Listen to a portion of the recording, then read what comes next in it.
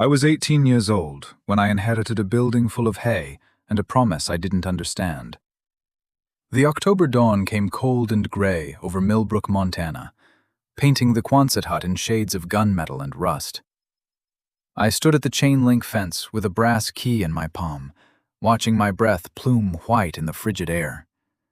Behind me, the town was barely visible, a handful of buildings huddled against the vast emptiness of the prairie. Ahead, the corrugated steel structure rose like the rib cage of some beached metal whale, 60 feet long and 30 wide, its curved roof patched with rust blooms that spread like lichen across ancient stone. The key felt heavy, real, more real than anything had felt in 2 years. I'd spent 72 hours getting here. 72 hours since Maria, my caseworker, had handed me an envelope in her cramped Portland office and told me I was free. Free. The word tasted like a terminal diagnosis. At 18, the state's responsibility for me had ended. The group home bed would go to the next lost kid. My file would join thousands of others in some basement archive, another story of a child who'd slipped through the cracks and landed nowhere in particular. But I had the envelope. I had the key. And I had a promise I'd made to a dying man 2 years ago, though I hadn't understood it then and barely understood it now. The padlock on the gate was caked with rust, looking like it hadn't been touched in years. I slid the key in anyway. It resisted, gritty with disuse, and for a moment I thought Maria had been right. She'd tried to talk me out of this, her voice gentle but firm over the desk cluttered with too many files, too many desperate cases. Marlo, that property is worthless. The address is for a derelict structure in the middle of nowhere. There's nothing there for you. We can get you into transitional housing, help you apply for community college, find a job. You don't have to do this. But I'd shaken my head. A promise was a promise. The key turned. The mechanism clicked with a sound like old bones settling. The padlock sprang open in my hand. I stood there, stunned. It worked. He'd left this for me. My grandfather had known I would come, had trusted that I would find my way here, across half a continent, with nothing but a cryptic message and faith in something I couldn't name. The gate screamed when I pushed it, metal scraping metal, the hinges grinding in protest. I stepped onto the property, gravel crunching under my boots. This was mine now. This rusted hull and whatever secrets it contained. This was the only inheritance I had left from a family that had evaporated like morning fog. I walked toward the main door, my duffel bag heavy on my shoulder. The building loomed larger with each step, its shadow swallowing me whole. Another padlock secured the sliding door, another fit for my brass key. I worked it open, muscles straining as I dragged the heavy panel aside just enough to slip through. The darkness inside was absolute. I fumbled for my phone, hands numb with cold, and switched on the flashlight. The beam cut through dust-thick air, illuminating the impossible sight before me. The entire cavernous space was filled with hay. Not scattered, not messy, but stacked in tight, methodical rows that rose nearly to the curved ceiling 20 feet above. The bales formed walls, a maze, a fortress constructed from thousands of bundles of dried grass bound with twine that looked brittle with age. The smell hit me. Dust, decay, something dry and faintly sweet, like old paper left too long in an attic. I stood frozen in the entrance, my mind struggling to process what I was seeing. Why would anyone fill a giant metal building with hay? It made no sense. It was the act of someone who'd lost their grip on reality. My grandfather had lost his mind before he died.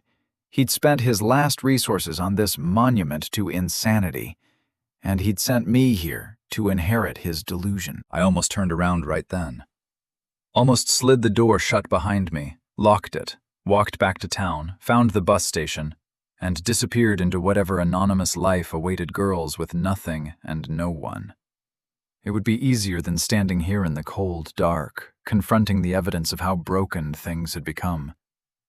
But the cold was biting deep into my bones, and the thought of sleeping in a ditch was worse than sleeping in a madhouse. And there was still that whisper of something. The key had worked. The locks had opened. This had been deliberate, prepared for. Maybe there was more. I pulled the heavy door shut behind me, plunging the space into darkness, broken only by my phone's thin beam. The silence was profound, muffled by the hay walls, creating a strange, claustrophobic quiet that felt like being inside a tomb. I took a tentative step forward into the narrow path between the bales. The corridor was just wide enough for me to pass through with my bag. It twisted and turned, a deliberate labyrinth that snaked deeper into the belly of the building. My light danced ahead, revealing more hay. Always more hay. The twine on the bales was faded to a pale gray, the stalks themselves a silvery yellow like old parchment. How long had this been here? Years, certainly. Maybe a decade. I followed the path because there was nothing else to do. Left turn. Right turn. The walls pressed close on either side, the ceiling of bales creating a tunnel that seemed to go on forever. My footsteps were dull on the concrete floor, absorbed by the surrounding grass. It felt like walking into the heart of something ancient and sleeping, something that shouldn't be disturbed. After what felt like hours, but was probably only 10 minutes, the path opened into a small clearing in the very center of the building. My light swept across the space, and my breath caught. Someone had made a room here, a living space carved out of the hay. Against one wall sat a simple metal frame cot with a thin mattress. On top of it lay a quilt, folded with precision, the pattern one I recognized with a jolt that went through me like electricity. My grandmother had made quilts. This one was hers. I'd slept under one just like it as a child, before everything fell apart. The stitching was meticulous. Tiny, even stitches, in a pattern of interlocking rings, fabric scraps in shades of blue and green and cream that reminded me of sea glass. Next to the cot stood a wooden crate serving as a nightstand. A single bare bulb hung from a wire overhead, unlit.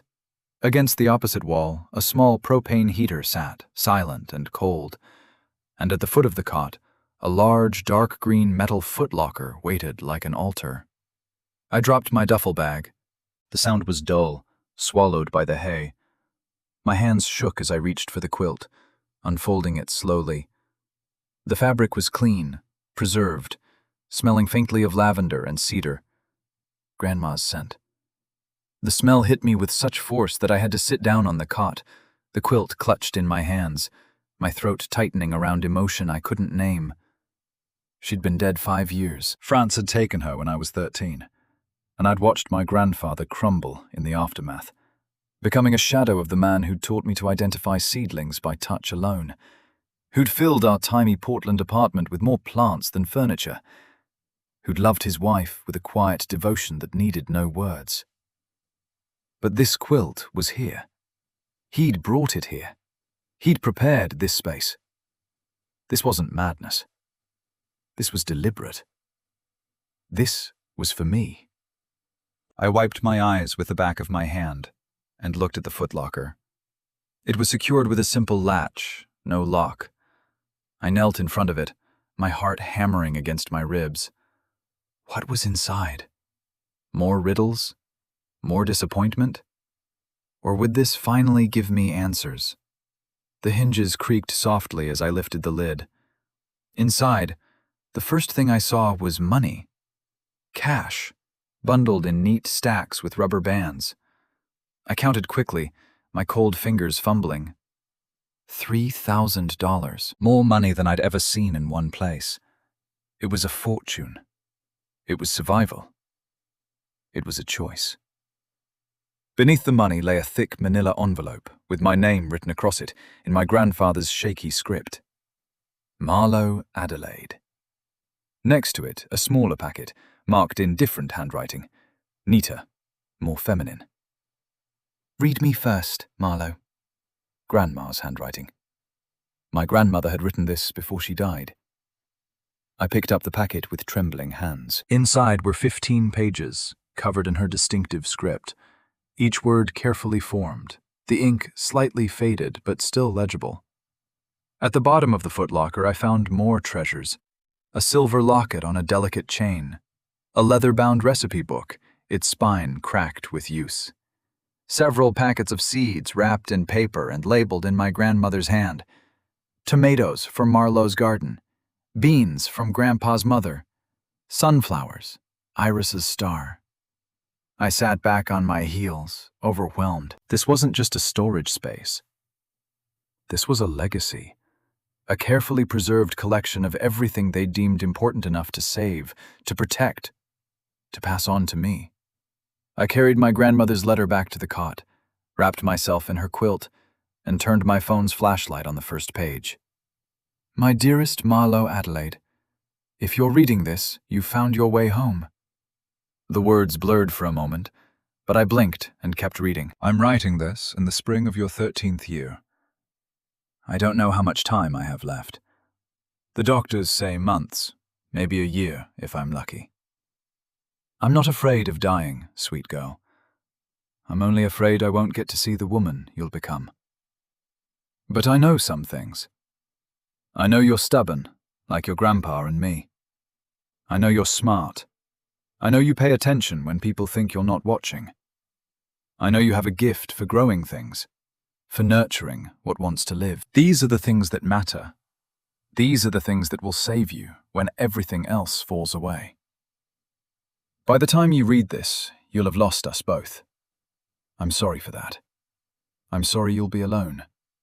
I'm sorry for the system you'll have to navigate, for the temporary homes and the caseworkers who mean well, but can't possibly understand. I'm sorry we couldn't protect you from that. But I want you to understand something important. This place, this strange metal building in the middle of Montana that probably looks like madness, this is not random. This is not your grandfather losing his mind. This is love. This is preparation. This is us trying to give you something that can't be taken away. I paused, my throat tight. The cold was seeping into my bones despite the quilt, but I couldn't stop reading. Your grandfather and I met 43 years ago at Portland State University. I was studying botany because my mother, your great-grandmother Catherine, had taught me to love plants. She'd come from Scotland as a young woman, bringing nothing but her knowledge of herbs and her mother's recipes for healing.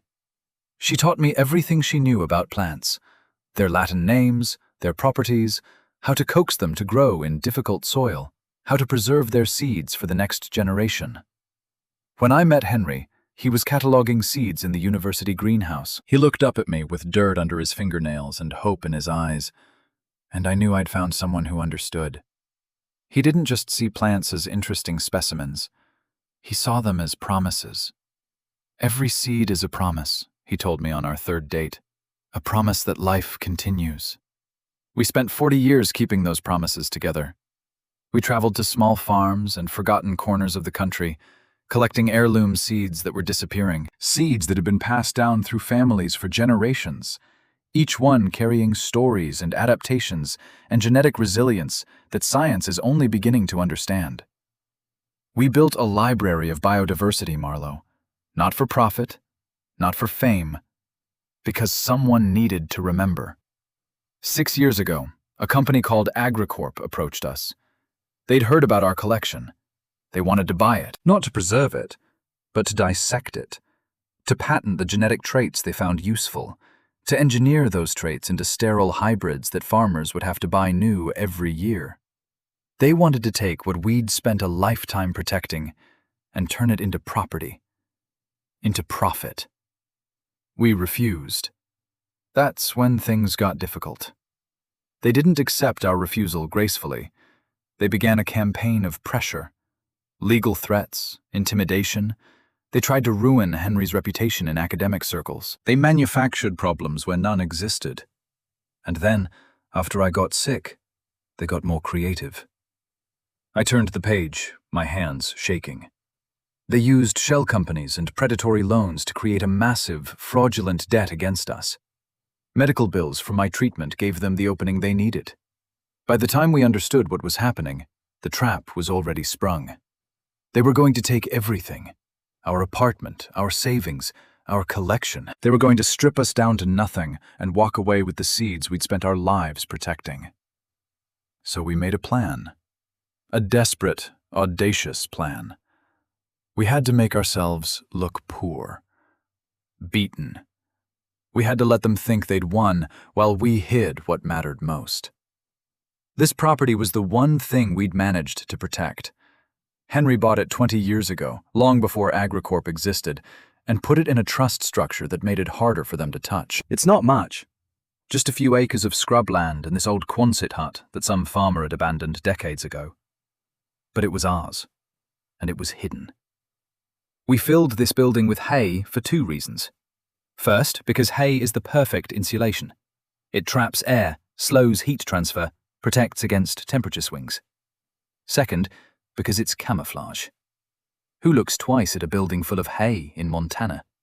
It's ordinary, forgettable, worthless. But hidden in the center, protected by all that ordinary grass, is the heart of everything we built together. Our life's work, our legacy. And now, Marlowe, it's yours. My instructions are simple. Wait for the first deep freeze of winter. This usually comes in late January or early February in Millbrook, temperatures dropping below -15 Fahrenheit for several days. When that freeze comes, you need to activate the system your grandfather has prepared. There's a diesel generator in the shed behind this building. A woman named Willa Brennan knows how to help you start it. She lost her farm to AgriCorp 15 years ago, and I helped her through the grief that followed. She's trustworthy. She's waiting for you. The generator powers something important, something that needs cold to work properly. Your grandfather's letter will explain the technical details, but I want you to understand the heart of it. Women have been doing this work for 10,000 years, preserving, protecting, passing knowledge from mother to daughter, grandmother to granddaughter. My mother taught me. I'm teaching you. You'll teach someone else someday, when the time comes. This is how wisdom survives. This is how we make sure life continues. You have a choice to make, sweet girl. The money in this footlocker is yours. You can take it and walk away. You can build a new life for yourself. Go to college. Become whoever you want to be, free from this burden. That would be fine. That would be good. I want you to be happy. Or you can stay. You can see this through. You can become the guardian of something larger than yourself. It's the harder path. It will demand sacrifice. But I believe it's the path that will lead you not to an easier life, but to a truer one. Whatever you choose, know this. You carry my mother's wisdom, and her mother's before her. You carry 40 years of Henry's and my work, collecting, cataloging, preserving.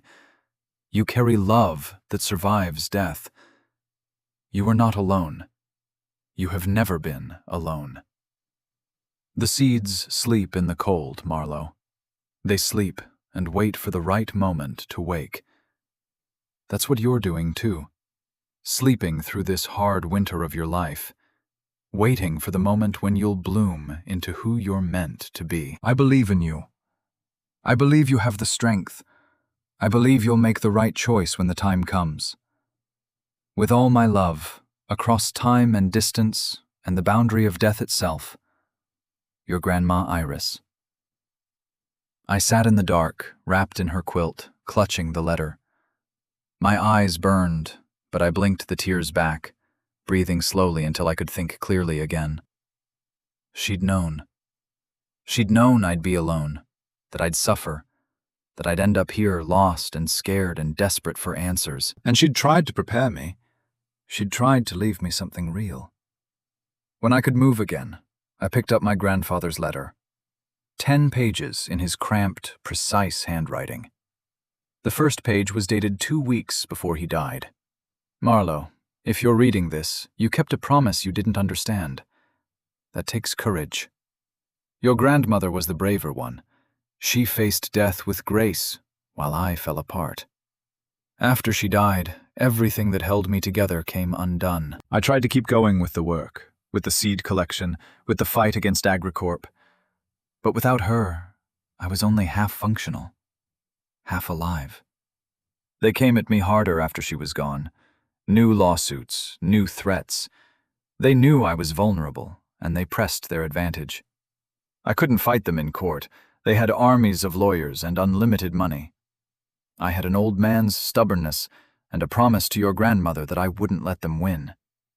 So I did what Iris and I had planned. I made myself disappear. I sold everything of conventional value. Let them take the apartment. Let them think they'd bled me dry. Let them believe my life's work was just a few dusty jars of seeds that got lost in the chaos. I let them win, so that I could win in the end. This Quonset hut, this land, was the one asset I managed to protect. I spent the last year of my life preparing it for you. The hay was purchased in small amounts from different suppliers, so no one would notice. I paid cash, kept no records. I built the maze myself, working at night, one bale at a time. By the time I got sick, it was done.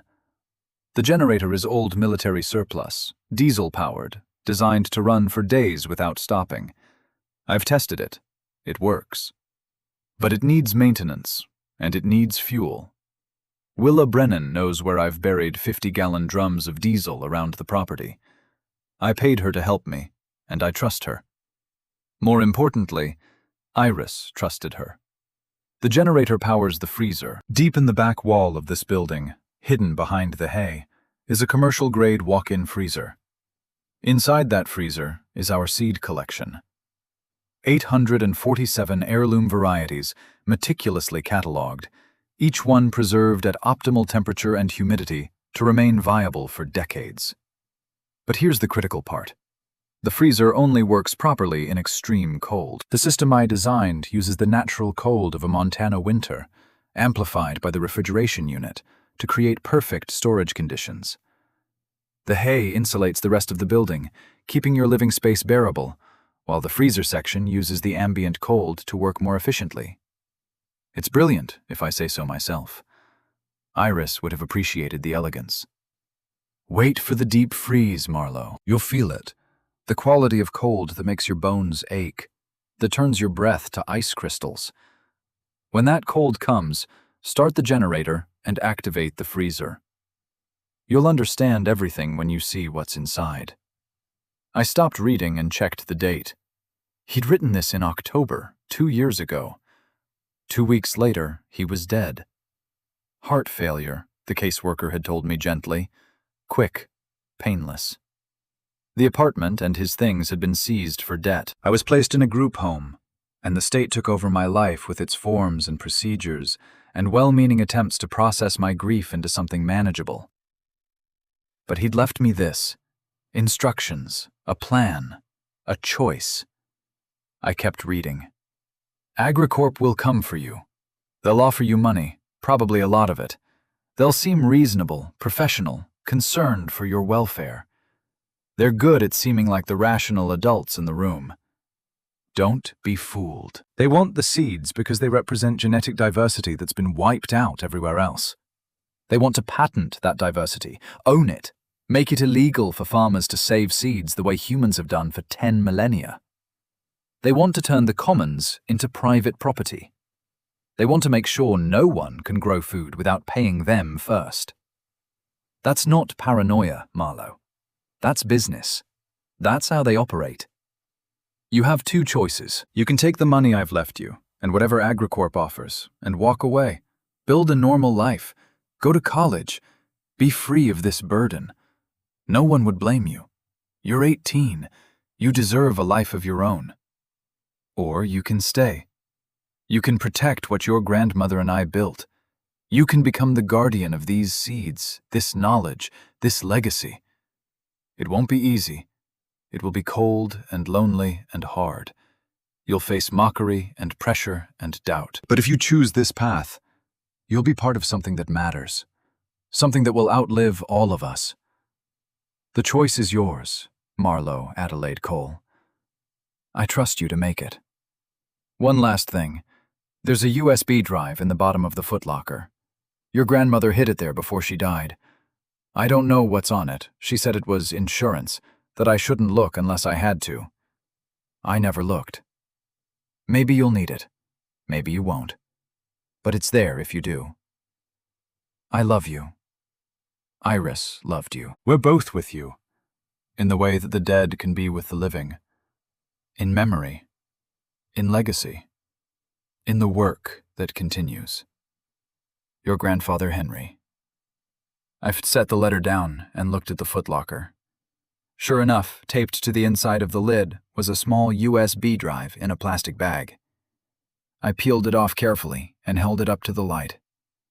What kind of insurance did my grandmother think I'd need?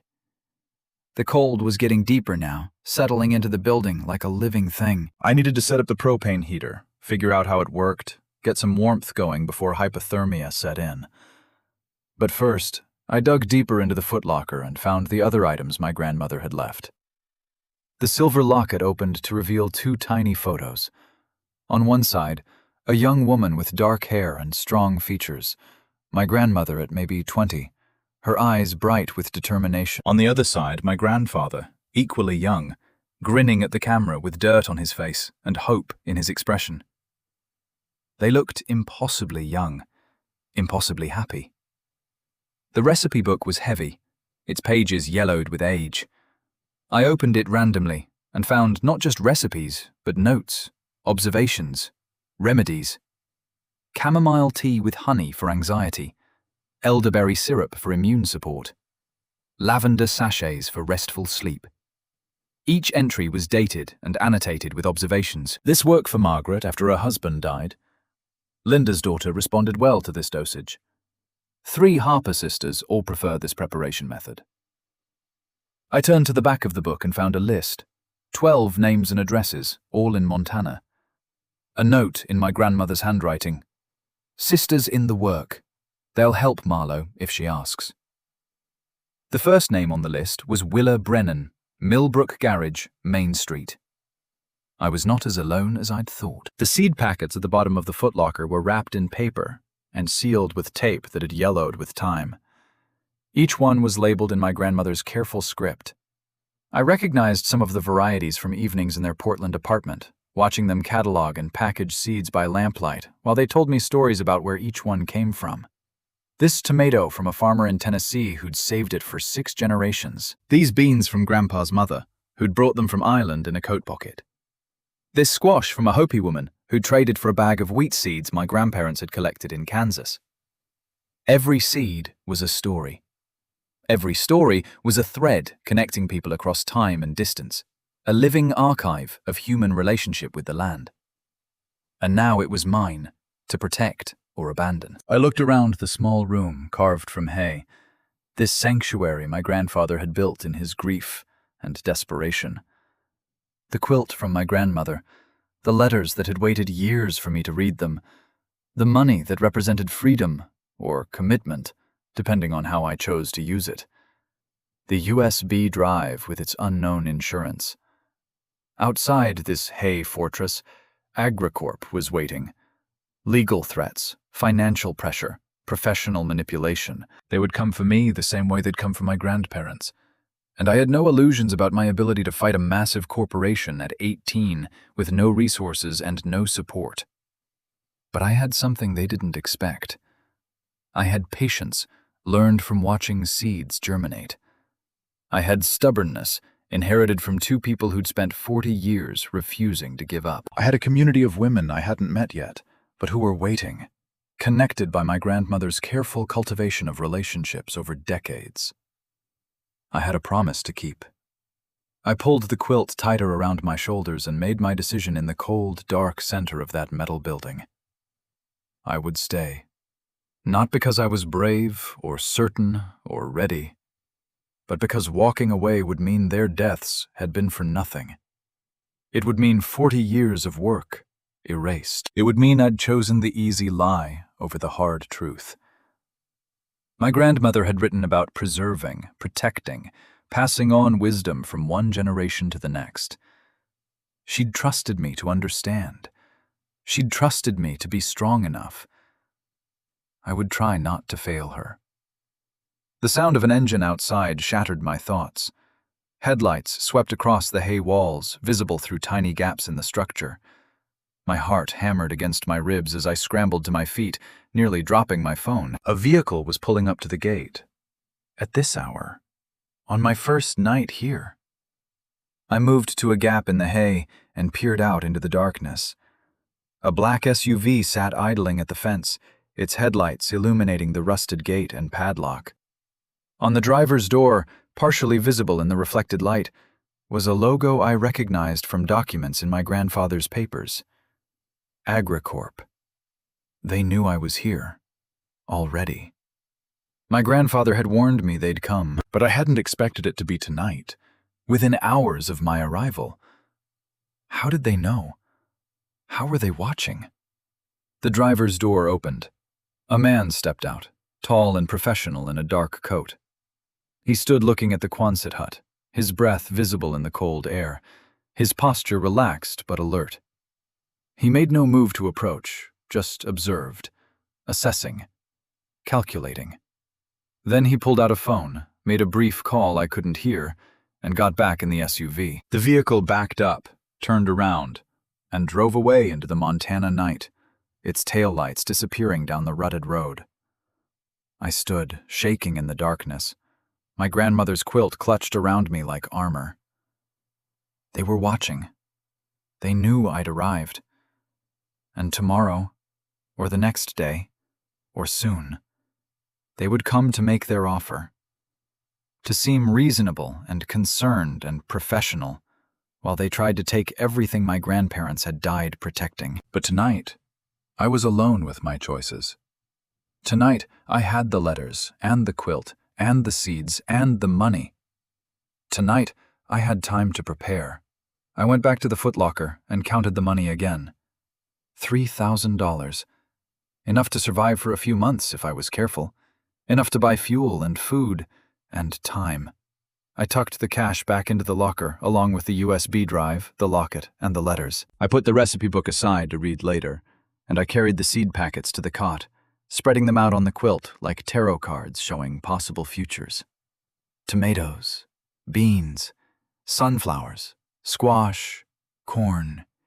Each one a promise that life continues. Each one waiting for the right moment, the right soil, the right hands to plant them and nurture them into being.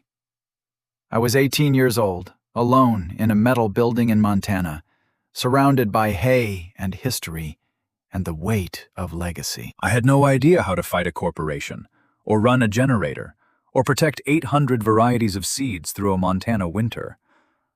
I had no idea if I was strong enough, or smart enough, or brave enough for what was coming. But I had a promise to keep, and keeping promises mattered. I lay down on the cot, wrapped in my grandmother's quilt, and waited for morning to come. Morning came with weak November light filtering through gaps in the corrugated steel, painting stripes across the hay walls. I woke, disoriented, muscles stiff from the thin mattress, and cold that had seeped through even the thick quilt during the night. My breath clouded white in the air. The propane heater sat dark and useless because I hadn't figured out how to light it before exhaustion had claimed me. I sat up slowly, every joint protesting.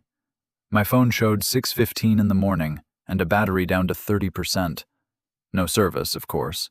Millbrook was too small and too remote for reliable coverage. I was truly alone out here, cut off from the digital world that had been my only constant through 2 years of group homes and temporary placements. The footlocker was still open, its contents exactly as I'd left them. The letters lay on the crate beside the cot where I'd set them after reading. Nothing had changed except my understanding of why I was here and what was at stake. I stood and wrapped the quilt around my shoulders like a cape, then picked my way through the hay maze back to the main door. The morning air outside was brutal, slicing through my layers like they were tissue paper. But it was clean, sharp, the kind of cold that made you feel intensely alive just by virtue of enduring it. The property looked different in daylight, less ominous, more desolate. Beyond the chain-link fence, scrubland stretched to low hills in the distance, dotted with sagebrush and rocks. No other buildings visible except the small shed my grandfather had mentioned, maybe 20 yards behind the Quonset hut. The town of Millbrook sat in a depression to the east, barely more than a cluster of structures around a single main street.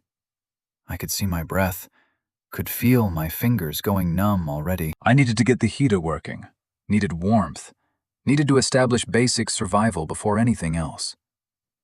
Back inside, I examined the propane heater more carefully. It was simple enough: a tank, a valve, and ignition switch.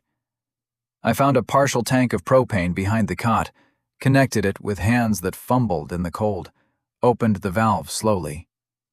When I pressed the ignition, nothing happened. I tried again. Still nothing. The matches. There had to be matches somewhere. I found them in a tin box inside the footlocker, along with candles and a flashlight that still worked. Old-fashioned strike-anywhere matches that sparked when I dragged one across the rough edge of the box. I held the flame to the heater's pilot light, heard the soft whoosh as gas caught fire, watched the blue flame steady itself. Within minutes, warmth began to radiate outward, not enough to heat the entire space, but enough to create a pocket of survivable temperature around the cot. I stood close, letting the heat penetrate my layers, feeling circulation return to my extremities with painful prickling. In the bottom of my duffel bag, I found the tin of tea I'd taken from the group home kitchen on my last day. Chamomile, the cheap kind in paper bags, but it would do.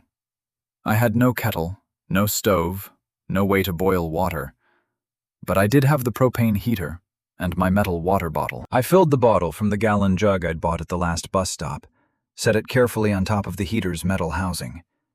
It took 20 minutes, but eventually steam began to rise. I made tea in my only cup, a battered camping mug from the group home, and sat on the cot, sipping slowly, letting the ritual ground me. This was survival. Basic, unglamorous, necessary. Heat, water, shelter. Everything else was built on these foundations. I pulled out the recipe book and opened it randomly while I drank. The page showed a formula for elderberry syrup, dated March 2008. Below the recipe, in my grandmother's neat script, "For Willa, after Miguel died. Grief makes us vulnerable to every illness. This strengthens the body, so the heart can do its work of healing. Willa." The first name on the list. The woman who knew about the generator. I flipped through more pages, finding variations on the same theme. Practical remedies paired with notes about who they'd helped and why. This wasn't just a record of recipes. It was a map of relationships, a documentation of care given and received over decades. My grandmother had built a network of women through the simple act of paying attention to what they needed and offering what she could provide. The back pages contained the list I'd seen last night. 12 names, all in Montana. Addresses in small towns scattered across the state. Ages noted in pencil beside each name. Most in their 50s or 60s now, though the list had been compiled years ago. Willa Brennan, 62, Millbrook Garage, Main Street. Lost Farm, 2003, helped with property maintenance. Margaret Sullivan, 70, Helena, seed-saving student. Lost husband, 1998. Linda Morrison, 55, Bozeman. Daughter healed, 2005. Teacher. The Harper sisters, Dorothy, Ruth, Constance, all in their mid-60s, running a small organic farm near Missoula. Heirloom tomato specialists. A network. A community. Women my grandmother had helped, and who might help me in turn. The sound of a vehicle approaching pulled me from my reading. I sat down the cup and moved quickly to peer through a gap in the hay. A black SUV, the same one from last night, pulled up to the gate and stopped. 2 men got out this time. The driver from last night, tall and professional in a dark wool coat, and a younger man carrying a briefcase. My heart hammered, but I forced myself to breathe slowly. They would come to the gate. They would knock, or call out. I would meet them there, on my terms, not theirs. I would not let them inside. I would not let them see weakness or uncertainty. I pulled on my jacket, zipped it to my throat, and walked through the maze to the main door. By the time I slid it open and stepped out, both men were at the gate, the older one's hand raised to knock on the chain link. "You're Marlowe Cole?" It wasn't a question. He was maybe 50, with silver threading through dark hair, sharp eyes that assessed me with practiced efficiency, a smile that probably worked on most people. I'm Marcus Hartwell, Regional Director for AgriCorp. This is my associate, David Miller." The younger man nodded. I noticed the way Hartwell positioned himself. Relaxed, non-threatening, hands visible, expression concerned. Everything calculated to put me at ease. "We're here to help resolve some outstanding issues related to your grandfather's estate. May we come in? It's quite cold out here."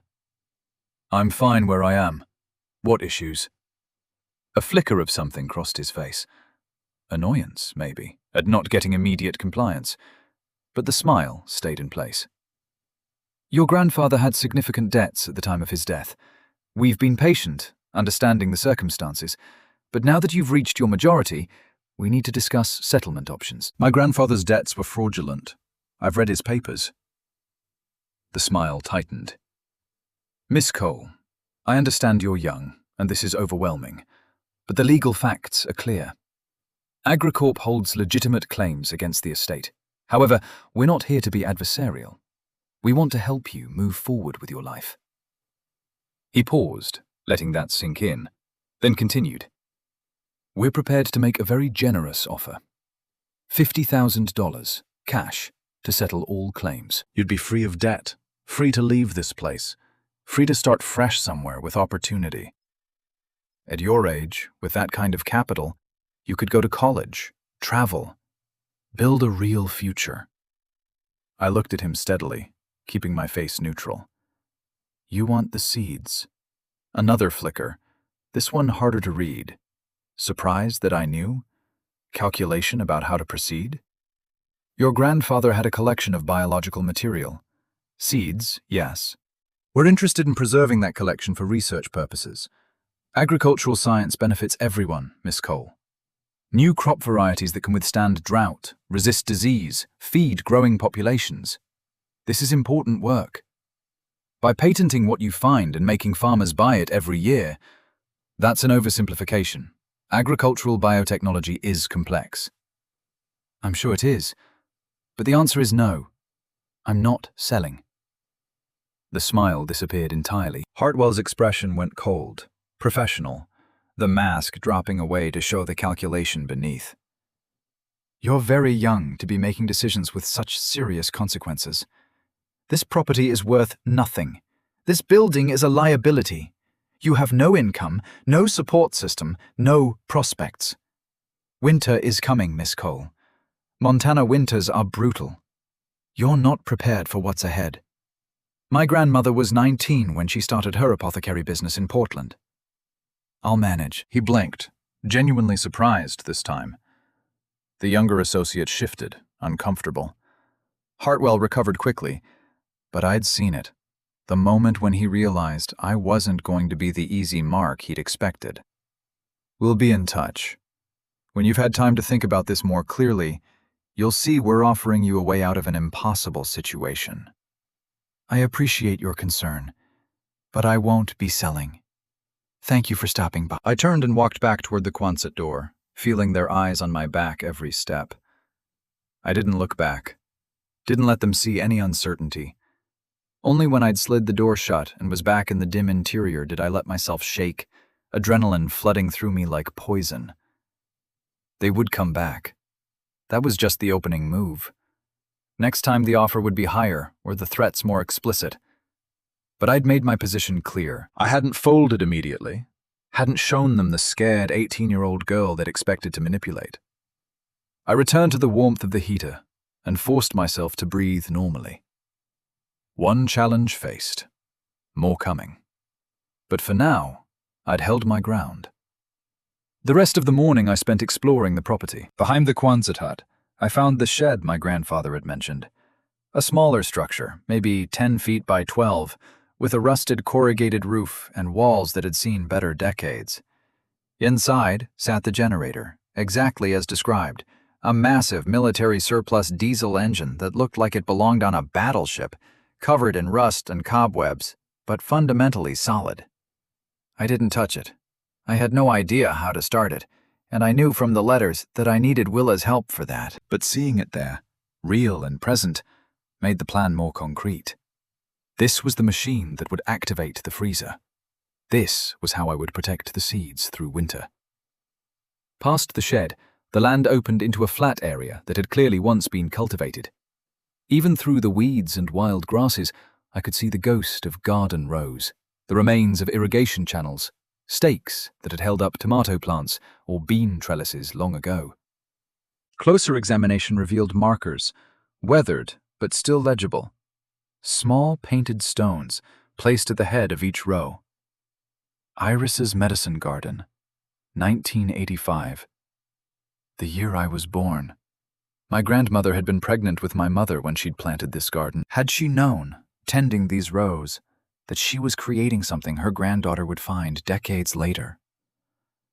The greenhouse frame stood against the north side of the Quonset hut, its plastic covering long since shredded by wind and time, leaving only the skeleton of PVC pipe and 2x4s. But the structure was sound. It could be rebuilt, recovered, made functional again. And hanging on a nail driven into one of the wooden supports, preserved by the dry Montana climate, was a pair of work gloves. Leather palms, canvas backs, sized for small hands. My grandmother's hands. I lifted them carefully, half expecting them to crumble at my touch. They held. The leather was stiff but intact, shaped by years of use to the contours of the hands that had worn them. I pressed my palm against one, matching my hand to hers across the years. The emotion that hit me was clean and sharp, not the murky confusion of loss that had characterized the past 5 years, but something pure. I stood there in the ruins of her garden, holding her gloves, my eyes burning with tears I didn't let fall. This was connection.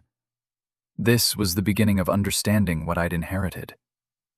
When I could move again, I hung the gloves back on their nail. Someday I would wear them. Someday I would rebuild this garden and grow the seeds she'd saved for me. But not today. Today I needed to secure survival before I could think about renewal. Back inside the Quonset, I made more tea and opened the recipe book again, this time reading systematically from the beginning. The entries spanned 40 years, from 1970 to 2010, the year my grandmother died. Early entries were simple, basic herbal remedies, kitchen medicines, things her mother had taught her. Later entries grew more complex, incorporating plant varieties, seed-saving techniques, preservation methods. But what struck me most were the names in the margins. Hundreds of people over 4 decades, most just first names with dates, some with more detail. And woven through it all, recurring names. Women who appeared year after year, their needs changing, but their connection to my grandmother constant. Willa appeared first in 2003, depression and anger after farm loss, valerian root, and St. John's wort. Long talks, slowly recovering purpose through seed-saving work. Margaret Sullivan, starting in 1983, a partnership in seed preservation that lasted until my grandmother's death. They'd traded varieties, shared knowledge, built the collection together. Linda Morrison's daughter, sick in 2005, with something the doctors couldn't solve. A series of herbal treatments, carefully calibrated, meticulously documented. The child recovered. Linda became a teacher of herbalism herself. This was how my grandmother had built her network. Not through grand gestures or organizational meetings, but through the slow accumulation of care given and returned. One person helped, who helped another, who helped another, until a web of connections spread across Montana, strong as spider silk, and just as invisible to those who didn't know to look for it. I pulled out my phone, found the numbers I'd need. No service inside the Quonset, but if I walked up the road toward town, I might pick up a signal. I tucked the recipe book into my jacket, wrapped myself in layers, and headed out. 50 yards from the gate, my phone found a single bar. I dialed the first number on the list. The phone rang 4 times before a woman's voice answered, cautious. "Brennan's garage." My throat was dry. I swallowed and tried to speak steadily. "Is this Willa Brennan?" A pause. "Speaking." "My name is Marlo Cole. I'm Iris and Henry Cole's granddaughter. I'm in Millbrook at the property. My grandmother said you might help me." The pause stretched longer this time. Then, quietly, "How long have you been there?" "I arrived yesterday." "You must be frozen." "Have you eaten?" "I have food, but I need help with the generator. My grandfather's letter said you'd know about it." "I do. I can come this afternoon if you'd like." "Around 2 o'clock?" "Yes, thank you."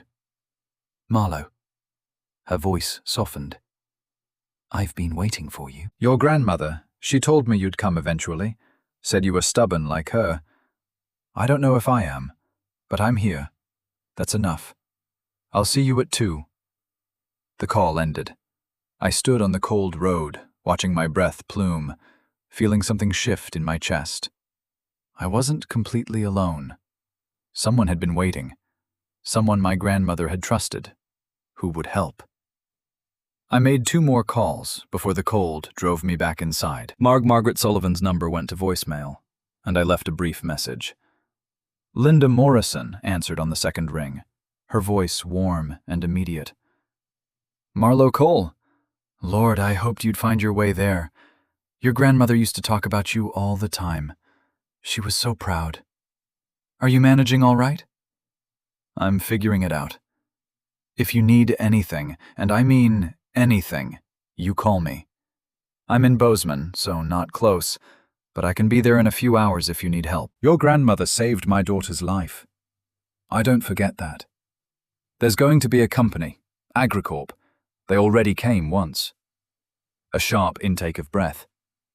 "They came after your grandparents hard. Iris documented everything, you know. Every threat, every fraudulent paper, every dirty trick. Do you have those records?" "I have a USB drive. I haven't looked at it yet." "Look at it. Soon. You need to know what you're dealing with. And Marlo? Don't face them alone. There are women all over this state who owe your grandmother. We'll help." "Thank you." "Don't thank me yet. This is going to get difficult. But you're not alone in it." That seemed to be the theme. Not alone. A network I hadn't known existed, waiting to activate itself around me. At 2 o'clock precisely, a pickup truck pulled up to the gate. I met Willa outside, seeing her clearly for the first time in daylight. She was somewhere in her early 60s, weathered by hard work and Montana weather, with gray-brown hair pulled back in a practical ponytail, and eyes that assessed me with the same careful attention I'd seen in Marcus Hartwell's gaze, but warmer, less predatory. "You look like Iris. Same chin, same way of standing like you're ready to hold your ground against whatever comes." "I don't know that I am. You kept the gate locked after Agricorp left. You didn't let them in." "That's holding your ground." She glanced at the Quonset hut, then back at me. "Your grandfather and I spent 6 months preparing this place.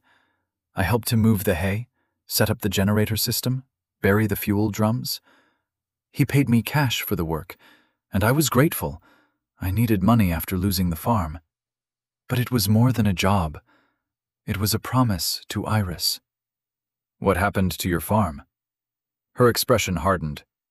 "Agricorp wanted my land for expansion. I said no. They contaminated my irrigation water with runoff from their facility, then created a paper trail, making it look like I was the source of pollution. EPA fines, legal fees, my husband dying from the stress. We lost everything in 2 years. That was 15 years ago. I'm sorry." Don't be sorry. Be careful. They're good at what they do. They make you think you're fighting a fair fight, right up until you realize you've already lost. She led me to the shed, opened it with a key I hadn't known she had. Inside, she showed me the generator, with hands that moved with practiced familiarity. This beast is simple if you listen to it. Diesel engines are like people. They tell you what they need if you pay attention. Feel this. She placed my hand on the engine block. Cold now. When it runs, it'll be warm. If it gets too hot, something's wrong. If it won't start, listen to what it's trying to do. Cranks but won't catch? Fuel problem. Won't crank at all? Electrical. She walked me through the basics without overwhelming me with technical details. Where to check the oil, how to prime the fuel system, the starting procedure, the emergency shutoff. Your grandfather tested this every month for a year. It works, but you need to maintain it, and you need fuel. Where's the fuel? She smiled faintly. Follow me. We walked the property, and she pointed out locations. Here, under this cairn of rocks. There, beneath the old fence post. 5 locations total, each with a 55-gallon drum of diesel buried 3 feet down, sealed and protected. He bought this over 2 years, small amounts from different suppliers. Nobody noticed. And it'll last you through the winter if you're careful. The generator only needs to run during the deep freeze to activate the freezer system. Rest of the time, you can keep warm with the propane heater and whatever firewood you can scavenge. How did you know all this? About the freezer, the plan? Iris told me before she died. She trusted me with the technical parts, said Henry would handle the seeds and the documentation, but she needed someone who could teach you the practical survival. How to start a generator in 20 below weather. How to keep yourself alive when everything wants to kill you. She looked at me directly. I'm not going to take over. This is your journey. Your grandmother was very clear about that. But I'll show you what you need to know, and then I'll step back.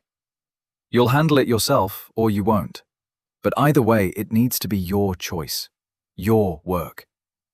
I can do it. I believe you can. Iris believed it too. We went back to the Quonset. I made us both tea on the propane heater, and we sat on the cot while I asked questions, and she answered them with patient precision. How to ration propane, where to get supplies in town without drawing too much attention, which people in Millbrook could be trusted, and which were likely AgriCorp informants. The general store owner, Thomas Crawford, his daughter has medical bills. AgriCorp probably has hooks in him. Be careful what you say. The woman who runs the diner, Brenda Stone, she's solid. Knew your grandparents, liked them. She'll help if you need it. Willa stayed an hour, then prepared to leave.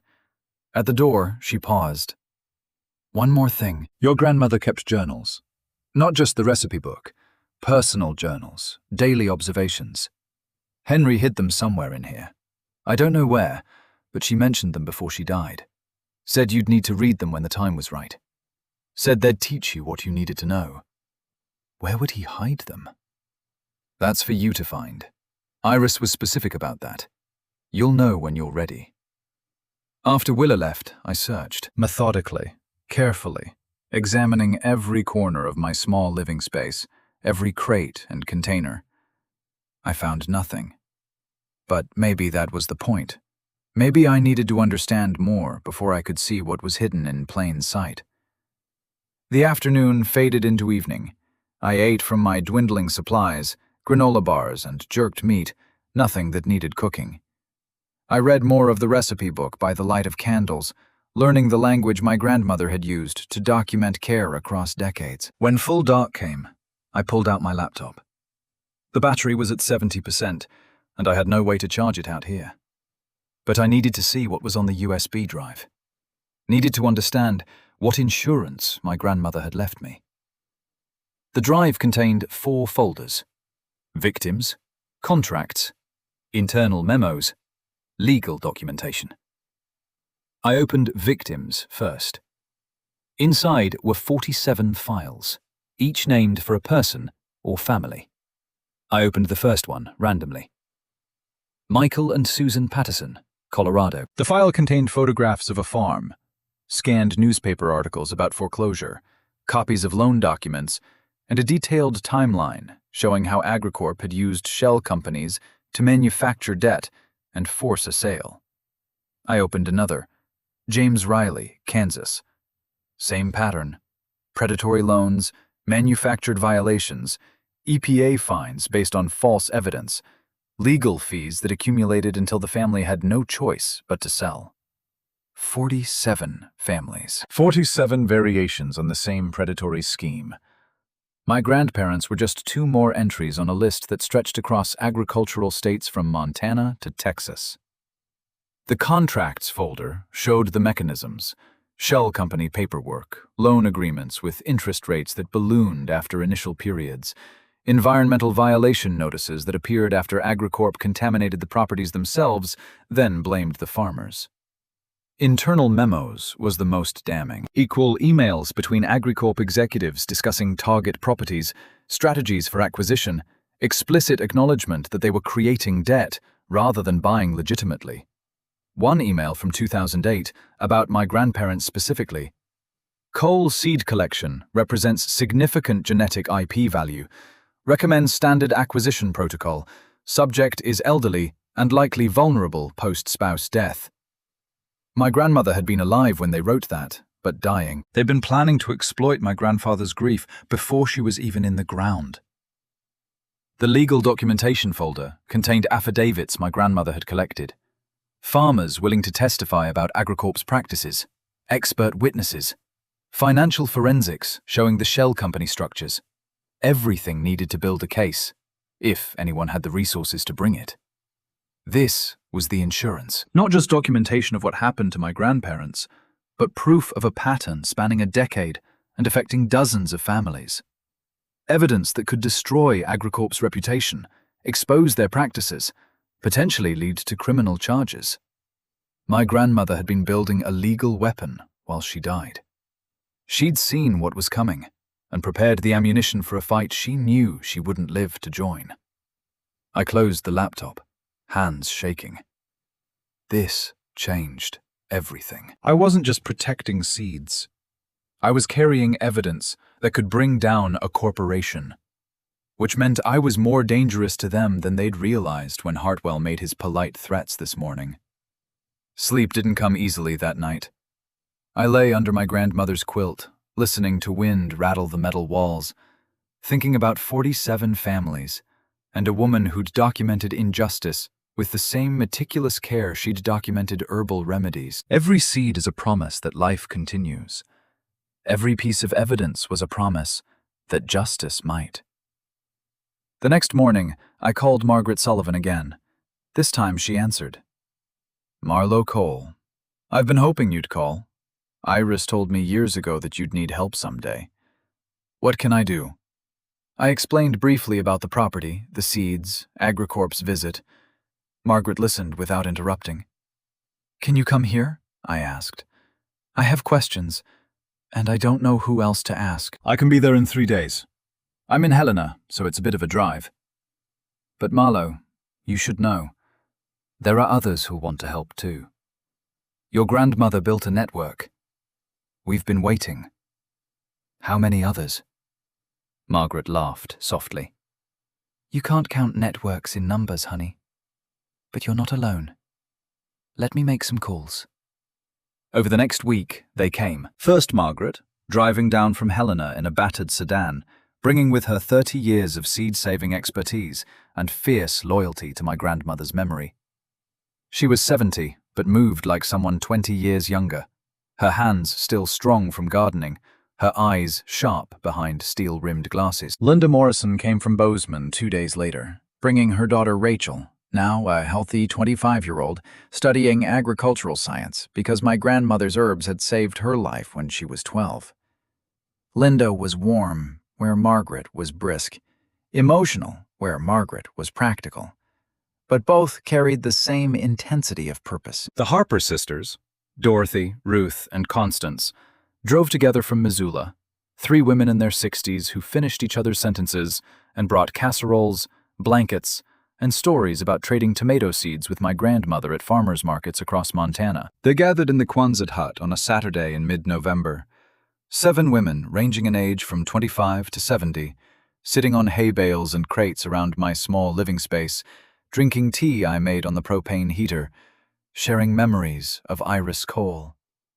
"She taught me seed saving when I was drowning in grief," Margaret said. "After my husband died, I didn't want to get out of bed. Iris showed up at my door with a packet of seeds and told me they needed planting, needed someone to care for them, needed me.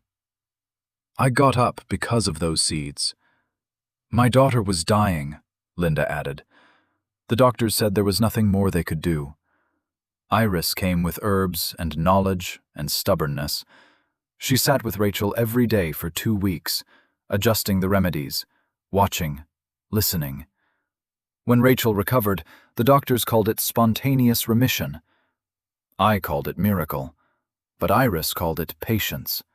Said healing was just paying attention to what life needed." Ruth Harper leaned forward. "She gave us her heirloom tomato seeds in 1995.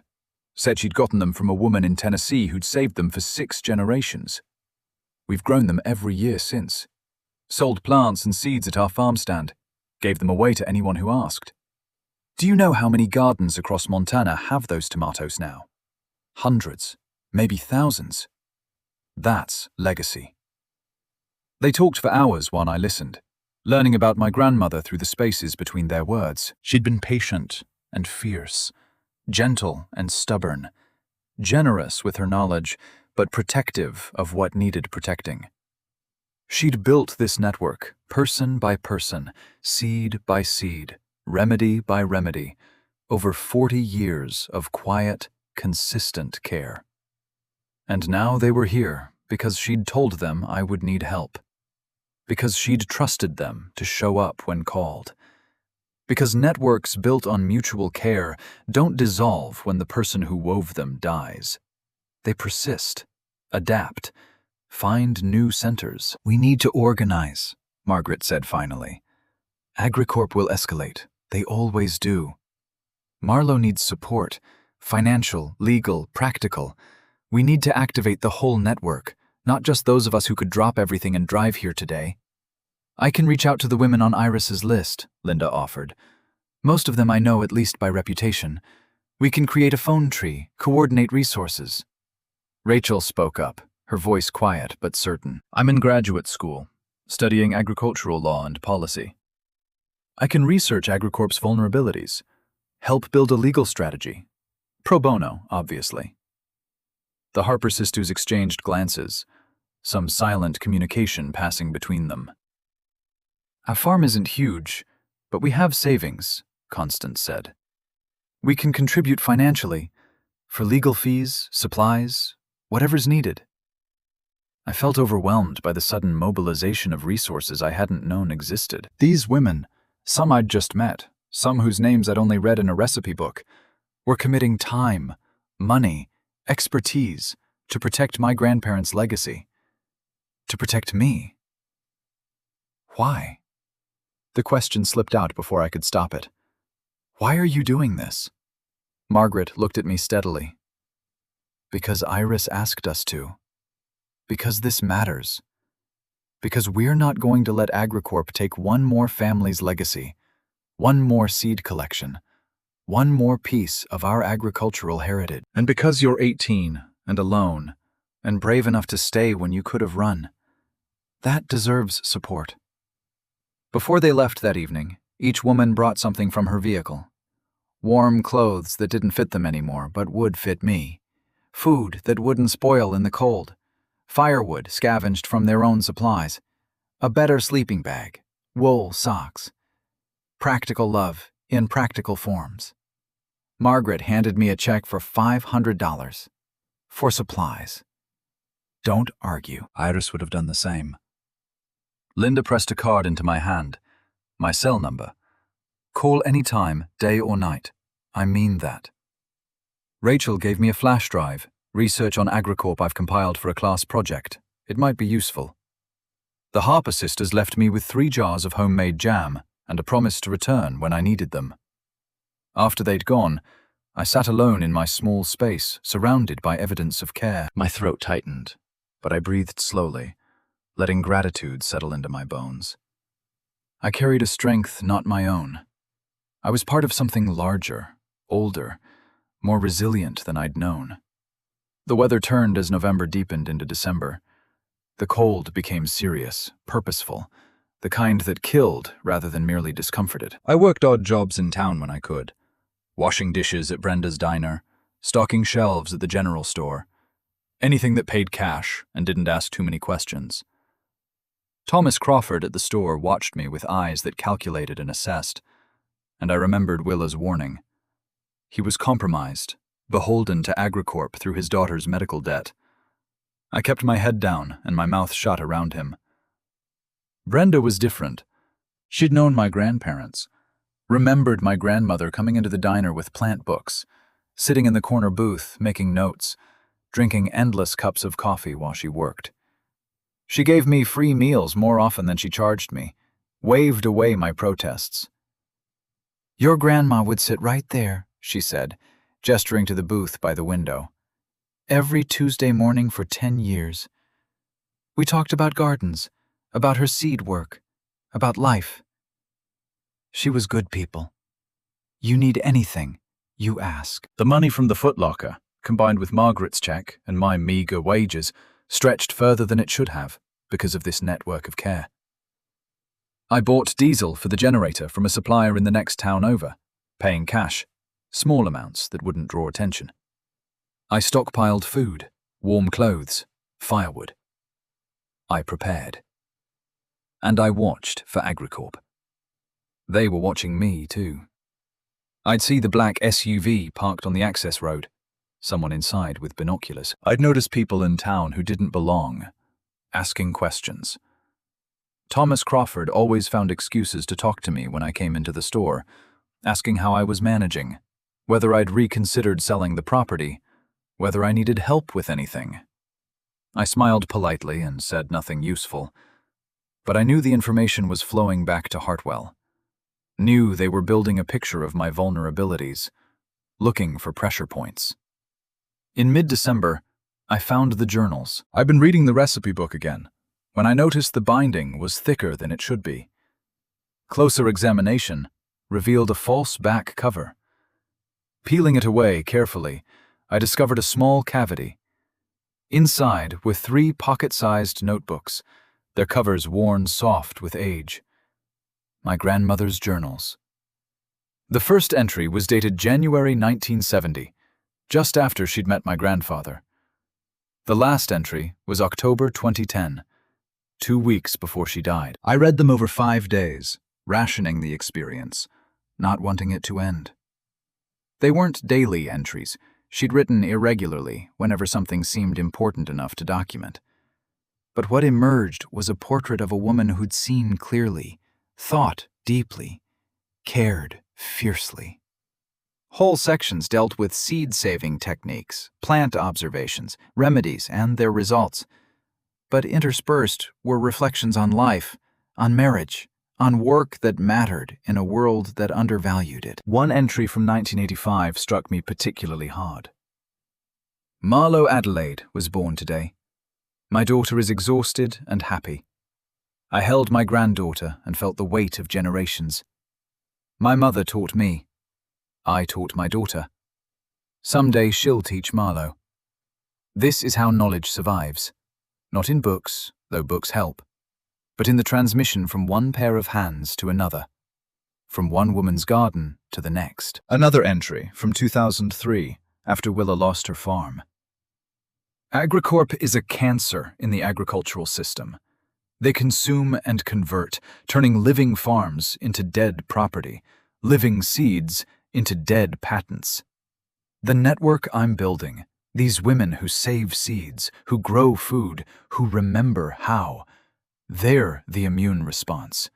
Slow, but persistent. Willa is devastated now, but she'll heal. And when she does, she'll be part of this response. The final entry was the one that made my eyes burn. I don't have much time left. The cancer has metastasized to my bones, and the pain is becoming unmanageable. Henry wants me to try more treatment, but I'm done. I'm ready. What I'm not ready for is leaving Marlo alone. She's 13, stubborn, smart, trying so hard to be brave while her grandmother dies. I see myself in her. I see my mother. She'll understand someday. When she's ready, she'll find these journals. She'll read them and know that she's not doing this alone. Every seed is a promise. Every daughter is a seed. Marlo is my promise that life continues. I closed the journal and sat in silence, letting the words settle into my bones.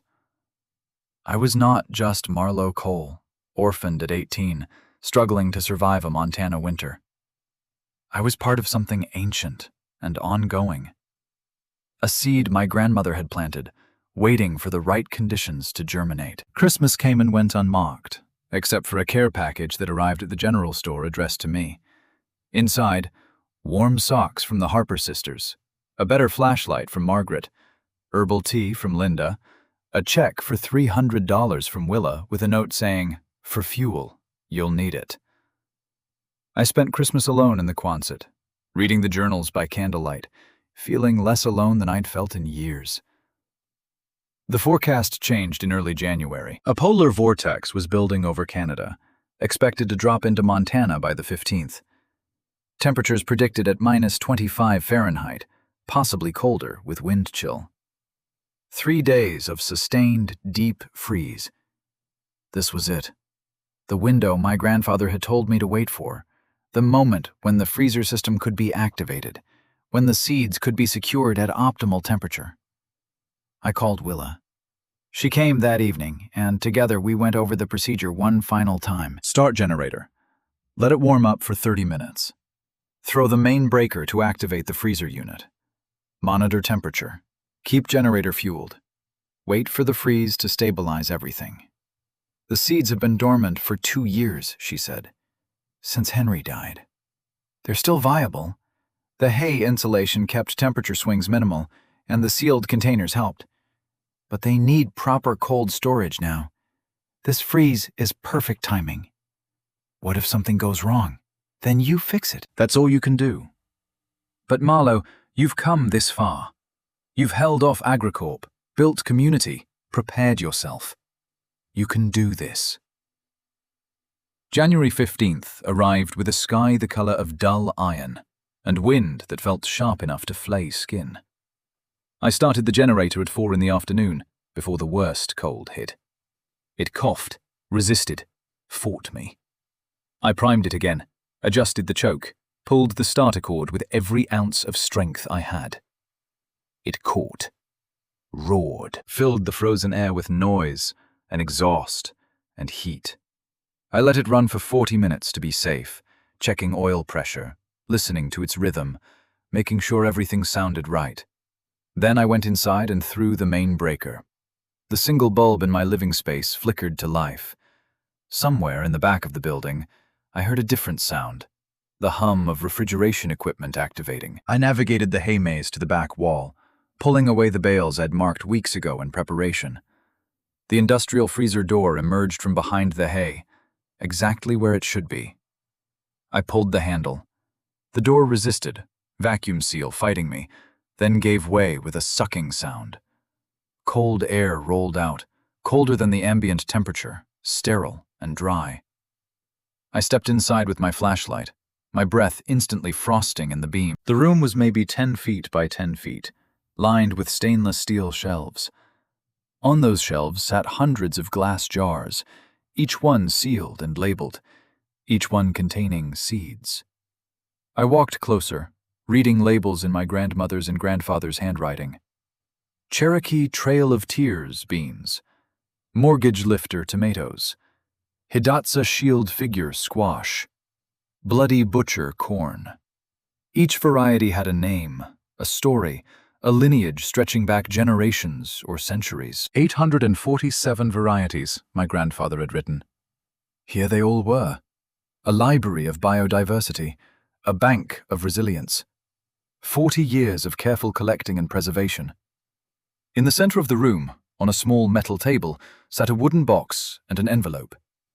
I picked up the envelope with numb fingers. The handwriting was my grandfather's, shaky but legible. "You did it, Marlowe. The heart is awake." I opened the box. Inside, nestled on black velvet, were 2 packets of seeds. The first labeled in my grandmother's hand, Helianthus iris's star. The second in my grandfather's writing, Helianthus Marlowe's dawn. Sunflowers, named after my grandmother and me. My throat tightened and my eyes burned, but I breathed slowly, letting the emotion wash through without breaking me. They'd done this. They'd saved these seeds, named them for us, waited years for me to find them. This was legacy. This was love that survived death. A high-pitched beeping yanked me back to immediate reality. The temperature sensor was alarming. I checked the readout. Rising. The seal on the freezer door had been broken for too long, and heat was leaking in. I stumbled to my feet, carefully replaced the box, and exited the freezer, pulling the door shut tight. But the temperature continued to climb. Something was wrong with the seal. The door had been dormant for 2 years, and the vacuum mechanism wasn't resealing properly. Outside, the generator coughed, sputtered, running low on fuel. I had maybe 6 hours before the seeds started degrading. 6 hours to fix the seal and refuel the generator in -25-degree weather during a blizzard that was just beginning to hit. The wind was already howling when I stepped outside, carrying snow sideways, visibility dropping towards 0. I needed diesel. The nearest buried drum was 200 yards away, and I had to dig through 3 feet of frozen soil to reach it. I grabbed a shovel and started walking into the storm. The blizzard hit with the force of a freight train, wind shrieking across the open prairie, driving snow horizontal. I could barely see 5 feet ahead through the white chaos, but I knew where the fuel drum was buried. Willa and I had walked this route a dozen times in preparation. 200 yards northeast from the generator shed, marked by a cairn of rocks my grandfather had built. I found it by counting steps and trusting muscle memory more than sight. The cairn emerged from the white like a ghost, and I dropped to my knees beside it, shovel already swinging. The ground was frozen solid, each impact jarring my shoulders, progress measured in chips and fragments rather than scoops of earth. My hands went numb inside my gloves within minutes. My face burned where exposed skin met wind. But I kept digging, driven by the knowledge that 847 varieties of seeds were warming in that failing freezer, genetic material that had survived decades or centuries, now threatened by my inability to maintain a simple mechanical system. 3 feet down, the shovel struck metal with a dull clang. I cleared the last of the frozen dirt with bare hands, broke the seal on the drum, and discovered the problem I should have anticipated. The diesel was thick, nearly gelled from the extreme cold. It would flow, but slowly. Too slowly. I dragged the drum upright, tipped it, let gravity do what it could. The fuel crept toward the opening like cold honey. I positioned one of the 5-gallon cans beneath the spout and waited, shivering violently now, the cold penetrating every layer. It took 15 minutes to fill the first can. I sealed it, started on the second. The generator would need both to run through the night and into tomorrow. The blizzard showed no signs of stopping, and if the fuel ran out, everything would be lost. By the time I had both cans filled and sealed, I'd lost feeling in my feet. The walk back to the generator shed was a nightmare of wind resistance and failing coordination. I stumbled twice, nearly dropped a fuel can, caught myself only through desperation. The generator was still running when I reached it, but the sound was wrong. Rougher. Straining. I poured the first can into the tank with shaking hands, fuel sloshing, some spilling onto frozen ground. The engine smoothed out immediately, drinking deep, settling back into its steady rhythm. I needed to check the freezer seal, needed to verify the temperature had stabilized, but hypothermia was setting in, my body's core temperature dropping into dangerous territory. I could feel it in the confusion creeping into my thoughts, the overwhelming urge to just sit down and rest. Inside the Quonset, I went straight to the propane heater and stood as close as I dared, letting the heat penetrate my frozen layers. Feeling returned to my extremities in waves of agony, ice crystals in my clothing melting, soaking me through. I stripped off the wet outer layers, wrapped myself in the quilt, and forced myself to drink hot water from my bottle. Only when I could think clearly again did I make my way through the maze to the freezer. The temperature readout showed -18 Fahrenheit, holding steady. The seal had re-established itself once I'd closed the door properly. The seeds were safe. I sat down on the concrete floor outside the freezer room and felt something like joy mixed with exhaustion. I'd done it. Against the blizzard, against my inexperience, against equipment that had sat dormant for 2 years, I'd kept my grandparents' legacy from degrading. The storm raged for 3 days. I stayed inside, maintaining the generator, monitoring the freezer, reading my grandmother's journals by candlelight, while the wind tried to tear the building apart. The Quonset hut groaned and popped, metal contracting in the cold, but it held. The hay insulation did its work, keeping my living space survivable while the generator powered the freezer in the back. On the 4th day, the wind died. The silence was profound, almost frightening after 72 hours of continuous howling. I ventured outside into a transformed landscape. Snow had drifted against the Quonset in waves, some crests reaching 12 feet high. The town was barely visible, buried under white. I checked the freezer one final time. -22 Fahrenheit. Perfect. The seeds had been at optimal storage temperature for 3 days straight. They would remain viable now for decades, perhaps longer. I shut down the generator and stood in the sudden quiet, listening to nothing but wind sifting through ice crystals, and felt something shift inside me. I was no longer the girl who'd arrived in October with a key and questions. I'd faced winter and machinery and my own limitations, and I'd survived. More than survived. I'd protected something irreplaceable. 3 days later, Marcus Hartwell returned. I saw the black SUV pull up to the gate from the window of Brenda's diner where I was washing dishes for cash. He stood outside the Quonset for 20 minutes, just looking at it, making a phone call that went on for a long time. Then he left. Brenda noticed my tension when I returned to the dishes. "You okay, hon?" Agricorp's back, watching. She dried her hands on her apron, expression thoughtful. "Your grandma used to say the best way to deal with vultures was to stay alive long enough to outlast them. Vultures are patient, but they're also lazy. They only go after what's already dying." "I'm not dying." "No, you're not," she smiled faintly. "Word's gotten around town about what you did during the blizzard. 18 years old, keeping that generator running in -25, saving what your grandparents left you. People are talking. Not all of it's friendly, but some of it is." The following week, Hartwell came to the diner while I was working. He sat at the counter, ordered coffee, waited until I had to walk past him with a tray of dishes. "Miss Cole, I wondered if we might have a conversation. A real one, not standing at a fence in the cold." I balanced the tray carefully. "We can talk right here, if you'd like.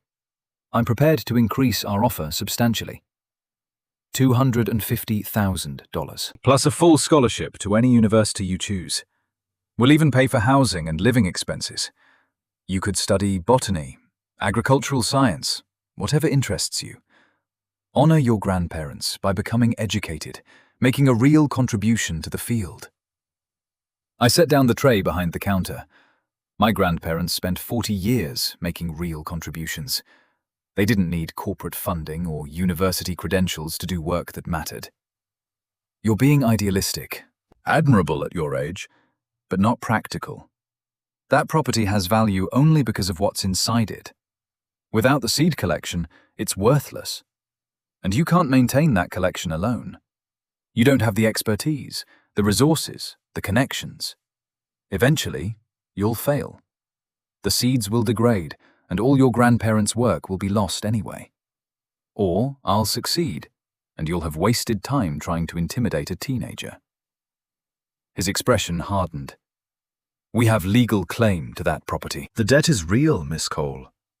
"We've been patient because of your age, but that patience has limits." "Then I guess we'll see you in court." I walked away before he could respond, my hands shaking but my voice steady. Brenda caught my eye from across the diner and gave a small nod of approval.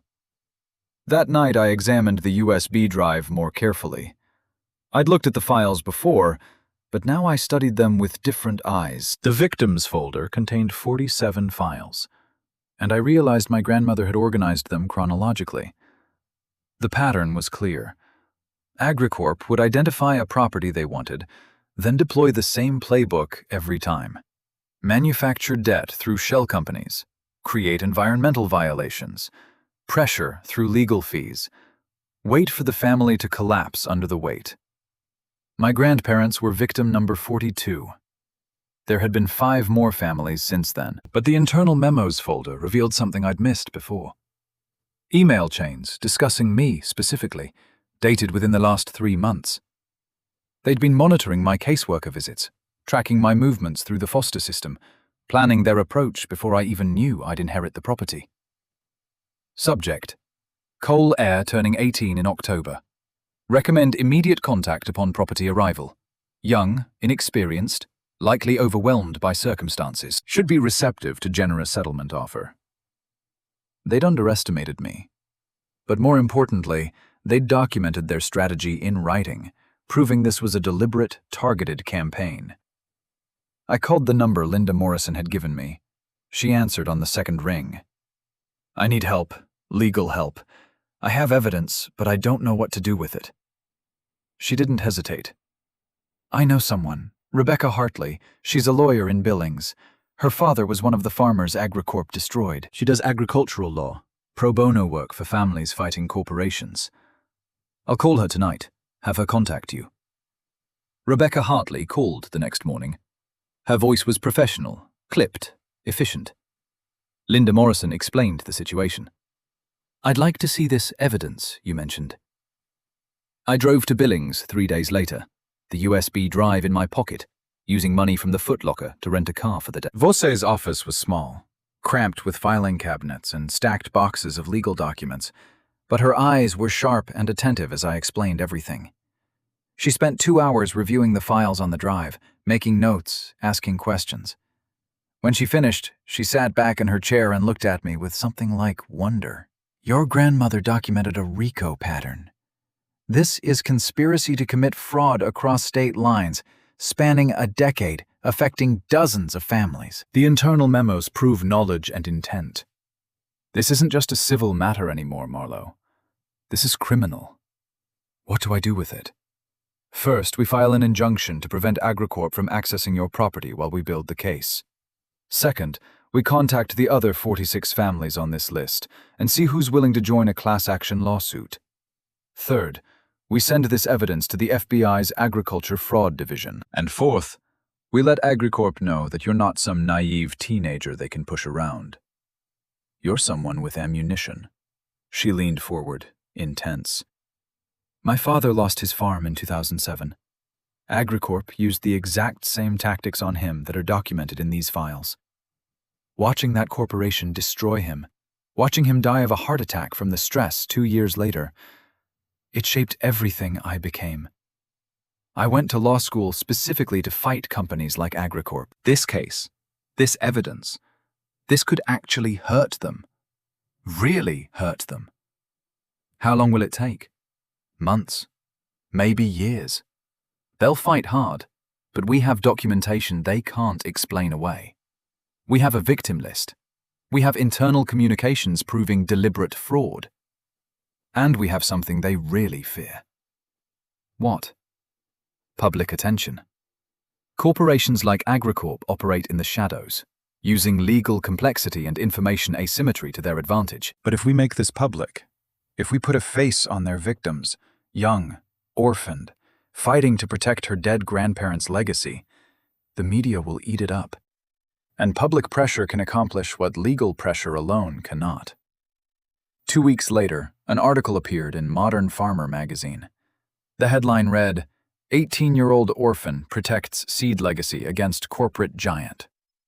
The journalist had interviewed me for 3 hours, photographed the Quonset hut, talked to Willa and Margaret and Linda. The story framed it exactly as Rebecca had predicted. David versus Goliath, tradition versus greed, a young woman honoring her grandparents against impossible odds. The article went viral within days. NPR called, requesting an interview. Agricultural magazines across the country picked up the story. Within a week, I'd received over 500 emails from people offering support, money, expertise, encouragement. Agricorp's stock price dropped 12%. Their CEO issued a statement calling the article biased and misleading, denying any wrongdoing, painting themselves as victims of activist journalism. But the damage was done. The network my grandmother had built over 40 years activated itself. Women across Montana and beyond who'd been helped by Iris Cole began speaking up. They wrote letters to editors. They posted on social media. They contacted their representatives. And the town of Millbrook split down the middle. Some people, like Thomas Crawford, were beholden to Agricorp through medical debt or employment. They whispered that I was ungrateful, reckless, destroying opportunity for the community. But others, especially women who remembered my grandmother, began organizing in support. Margaret Sullivan drove down from Helena to coordinate. She set up a rotation schedule, ensuring that someone from the network visited the property every few days. Women brought food, firewood, supplies. Linda Morrison organized a legal defense fund, collecting donations to help cover Rebecca's expenses. The Harper sisters contributed $5,000 from their farm savings. One morning, in late February, I woke to find the garden plot behind the Quonset hut on fire. Not a large fire, a controlled burn meant to destroy the markers my grandmother had placed, to erase evidence of what had been there. But someone had noticed and called it in. The volunteer fire department arrived quickly enough to save most of it. Sheriff Dawson investigated with visible reluctance. Probably just kids. Vandalism. Nothing we can really do. But I knew, and the Women's Network knew. This was Agricorp sending a message. That evening, Willa came to the Quonset. She looked angrier than I'd ever seen her. "Thomas Crawford's daughter is getting experimental cancer treatment at a facility in Seattle. Very expensive, very rare." Guess who's paying for it? Agricorp. She nodded grimly. "He's compromised. Completely. Can't blame him. What parent wouldn't do anything to save their child? But it means he's feeding them information. Probably told them about your grandmother's garden markers, gave them enough detail to target the fire. What do I do? You do what Iris would have done. You forgive him, and you offer help. I don't have anything to offer. I can barely keep myself alive out here." You have your grandmother's recipe book, her knowledge of herbs. Maybe there's something in there that could help his daughter. Even if it's just supportive care, something to ease the treatment side effects. You reach out. You show him there's another way besides letting Agricorp own him. It took me 3 days to work up the courage, but I finally walked into the general store when I knew it would be empty. Thomas was behind the counter, and he couldn't quite meet my eyes. I hear your daughter's getting treatment in Seattle. Cancer treatment. He stiffened. That's not your business. I have my grandmother's recipe book. She documented herbal remedies for people going through chemotherapy. Things to help with nausea, immune support, pain management. They're not cures, but they might help. If you want them. He looked at me finally, suspicion and desperation warring in his expression. Why would you help me? You know I've been feeding Agricorp information. Because my grandmother would have helped. Because your daughter shouldn't suffer because of choices adults made. And because maybe you're tired of being owned. His eyes filled with tears. He tried to blink them away, failed, turned his head. I can't just betray them. They'll stop the treatment. Rachel will die. I'm not asking you to betray anyone. I'm offering you herbs, that's all. What you do with your conscience is between you and your daughter. I left the remedies on the counter 2 days later. Carefully copied recipes from my grandmother's book with dosages and preparation instructions. I didn't know if he'd use them, didn't know if they'd help, but I'd offered what I could. 3 weeks later, Thomas called me. His voice was rough, uncertain. The herbs helped. Rachel's keeping food down better. The doctors are surprised by how well she's tolerating treatment. I'm glad. Marlo, I can't stop working with Agricorp. Not completely. But I can stop telling them everything. I can slow down the information flow. It's not much, but it's what I can do. That's enough. Thank you. Rebecca filed the class action lawsuit in early March. 47 families against Agricorp, charging fraud, conspiracy, racketeering. The case made national news. Agricultural advocacy groups joined in support. Universities studying seed preservation offered to testify about the value of heirloom collections. Agricorp responded with overwhelming legal force, filing motions to dismiss, attacking the evidence, attempting to discredit Rebecca and the families involved. But they couldn't explain away the internal memos, couldn't deny the pattern of behavior documented across a decade. The preliminary hearing was scheduled for early April. Rebecca prepared me for testimony, walking me through likely questions, teaching me how to stay calm under hostile cross-examination. You're going to be their primary target. They'll paint you as a naive child, manipulated by activist lawyers. They'll question your competence to manage the seed collection. They'll try to make you emotional, get you to say something they can use against us. What do I do? Tell the truth, simply and clearly. Talk about your grandparents' work. Talk about what the seeds represent. Don't argue, don't defend, just explain. Let the evidence speak for itself, but let your humanity show through. Juries respond to authenticity, and this judge is known for being sympathetic to agricultural families. The courtroom was packed on April 3rd. I sat at the plaintiff's table, Rebecca beside me, and looked out at 47 families who'd lost farms and livelihoods to the same corporation that had targeted my grandparents. Agricorp's legal team filled the defense table, 6 lawyers in expensive suits, projecting corporate power. The judge, Patricia Stanton, was in her 60s, her expression neutral, but her eyes sharp. She'd been a ranch kid, Rebecca had told me. She understood agriculture in a way most judges didn't. Rebecca called me as the first witness. I walked to the stand feeling exposed, vulnerable. But I thought of my grandmother facing cancer with grace and found steadiness in that image. Please state your name for the record. Marlo Adelaide Cole. And you're the granddaughter of Iris and Henry Cole, the primary plaintiffs in this case? Yes. My grandparents died before this suit was filed, but this case carries their names because it's their legacy we're protecting. Tell us about that legacy.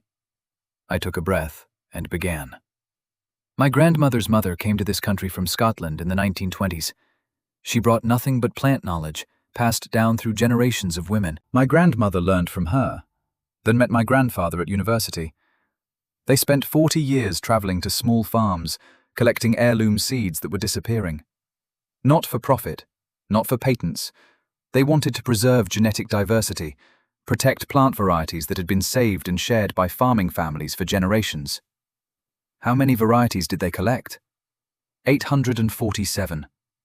Each one documented, catalogued, stored properly. Each one representing decades or centuries of careful selection by farmers who saved the best seeds from each harvest.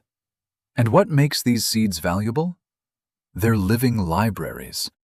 Each variety has adapted to specific climates, soils, growing conditions.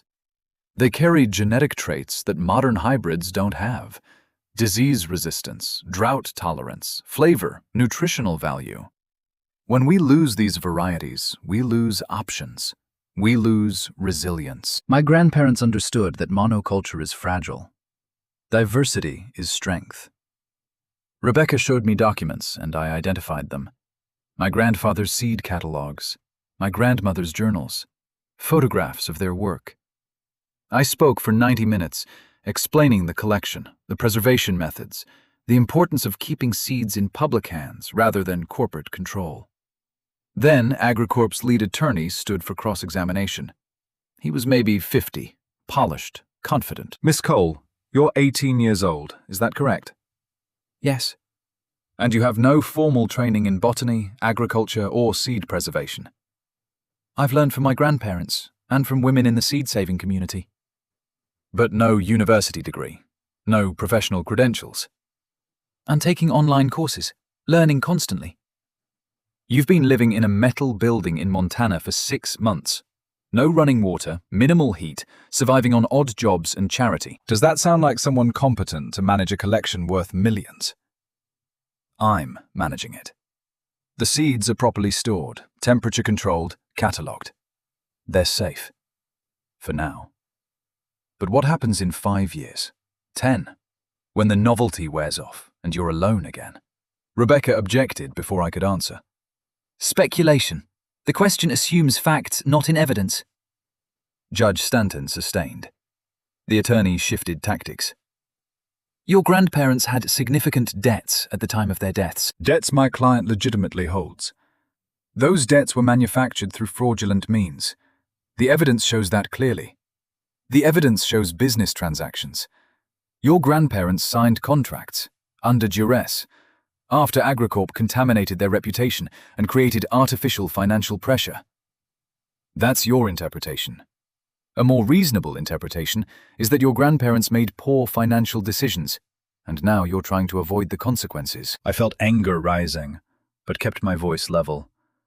My grandmother documented everything, every threat, every fraudulent paper, every dirty trick. She knew what was coming, and she prepared evidence, because she wanted justice. Not just for herself, but for every family AgriCorp had destroyed using the same playbook. The attorney's expression tightened. He'd expected me to break under pressure, to get emotional and defensive. Instead, I'd stayed calm and pointed back to the evidence. The cross-examination continued for another hour, but he couldn't shake me. Rebecca had prepared me too well, and more importantly, I was telling the truth. Truth has weight that lies can't match. When I finally stepped down, my legs were shaking, but I'd held my ground. Rebecca called witnesses next. Margaret Sullivan testified about learning seed saving from my grandmother, about the network of preservation that had spread across Montana because of Iris Cole's patient teaching. Linda Morrison described how my grandmother's herbs had healed her daughter when conventional medicine failed, how that experience had changed her understanding of traditional knowledge. The Harper sisters came as a group, finishing each other's sentences, describing 30 years of growing heirloom tomatoes from seeds my grandmother had given them, seeds they'd shared with hundreds of others who now grew the same variety. 12 women from the network testified about my grandmother's impact. Each one told a different story, but the pattern was clear. One woman helping others, who helped others, creating ripples that spread far beyond any single interaction. On the third day of testimony, something unexpected happened. A woman in her 40s stood up from the gallery and asked permission to speak. Judge Stanton, surprised, allowed it. My name is Dr. Sarah Voss. I'm a senior research scientist at AgriCorp. Or, I was. I quit this morning. The courtroom went silent. AgriCorp's legal team looked stricken. She walked to the witness stand, was sworn in, and Rebecca questioned her carefully. Dr. Voss, why did you resign? Because I can't be part of destroying Iris Cole's work. I've spent 20 years in agricultural research, and I've watched my field become increasingly corporate, increasingly focused on patents and profit rather than feeding people. The Cole seed collection represents everything we're trying to kill. Free knowledge, shared resources, diversity that can't be owned. What do you know about AgriCorp's activities regarding the Cole family? I know we targeted them deliberately. I've seen internal communications, memos I brought with me today, showing that we identified their seed collection as valuable intellectual property 5 years ago. We developed a strategy to acquire it through debt manipulation. When Iris Cole was dying, Executives discussed it openly. They said her death would make Henry vulnerable, easier to pressure. She produced documents. Rebecca entered them as evidence. The AgriCorp team scrambled to object, but the damage was accelerating beyond their control. Dr. Voss continued. Iris Cole spent her life making knowledge accessible. AgriCorp wants to make knowledge proprietary. That fundamental conflict is why I can't continue working there. This case forced me to choose sides. And I choose the side that believes seeds should be shared, not owned. Judge Stanton called a recess. In the hallway, Rebecca gripped my shoulder. That was unexpected. And devastating for them. What happens now? Now they'll try to settle. They can't risk this going to a jury. Not with a whistleblower testifying and internal documents proving intent. But they came back fighting. AgriCorp Senior Vice President, a man named Jonathan Mears, approached me directly during the lunch break, bypassing Rebecca entirely. Miss Cole, we need to talk. Privately. Anything you want to say to me, you can say in front of my attorney. Fine, he gestured curtly. $1 million. Cash. You walk away today, drop the lawsuit, and sign a non-disclosure agreement. You'll never have to worry about money again. And you'll patent the seeds and make them illegal to save. We'll preserve them, make them available for research, under your control, your ownership. That's not what my grandmother wanted. Your grandmother is dead. So is your grandfather. You're alone, Miss Cole. This offer won't come again. I looked at him steadily. I'm not alone. I have a community. I have women who remember what my grandmother taught them. I have a legacy that matters more than money. And I have evidence that's going to bury you. His face went cold. You're making a mistake. I've made my choice. That night, someone tried to break into the Quonset hut. The motion sensors I'd installed triggered, sending alerts to my phone and to a network of women who'd volunteered to respond. Within 15 minutes, 20 people were at the property. Women from the network, neighbors who supported me, even Thomas Crawford from the general store. 2 men were cutting through the fence when we arrived, trying to reach the building. They ran when they saw the crowd, piling into a dark sedan that sped away before anyone could get the license plate. Sheriff Dawson came, took statements with obvious reluctance, and promised to investigate. We all knew he wouldn't. But the attempt had consequences AgriCorp hadn't anticipated. Someone filmed the response on their phone, the circle of women surrounding the Quonset, holding hands, protecting it physically.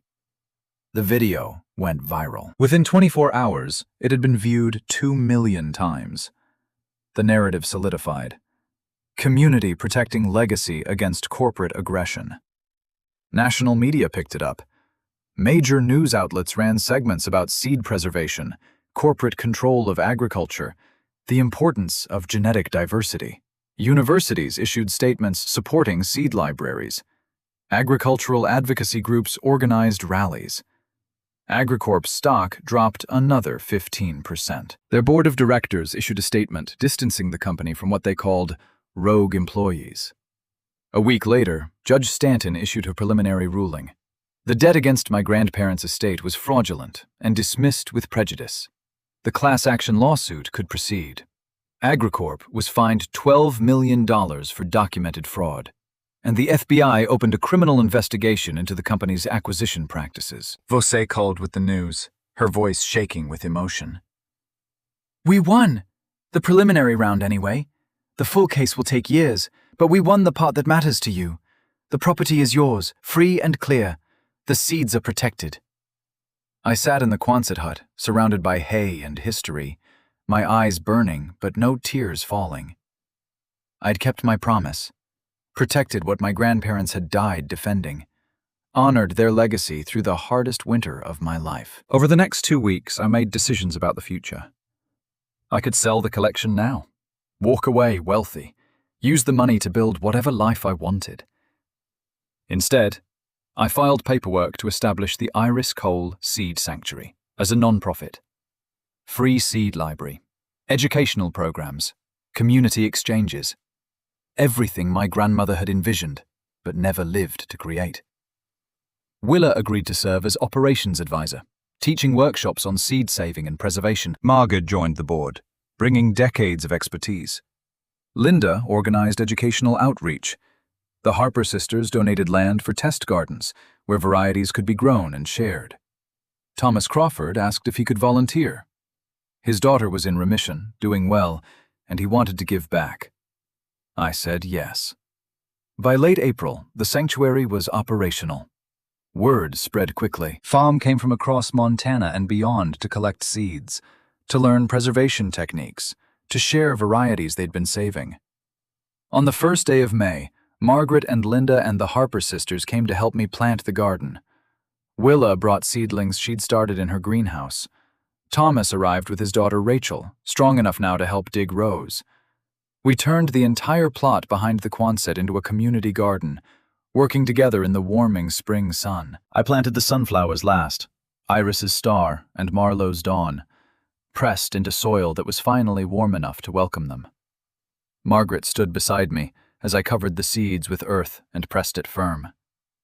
"You did it," she said quietly. "Everything Iris and Henry worked for, you made it real." They did the hard part. I just kept it from being destroyed. Don't minimize what you accomplished. You were 18 and alone, and facing a corporation with unlimited resources. You could have taken the money and run. Nobody would have blamed you. But you stayed. You fought. You won. I had help. I couldn't have done it without the network. That's the lesson, though, isn't it? Her expression was gentle. This work isn't done alone. It's done in community, with patience and mutual support. Your grandmother knew that. She built something that could carry you when you couldn't carry yourself.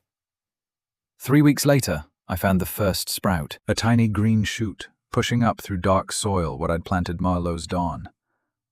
I knelt beside it in the morning light, the soil still cool from the night, and touched it gently with one finger.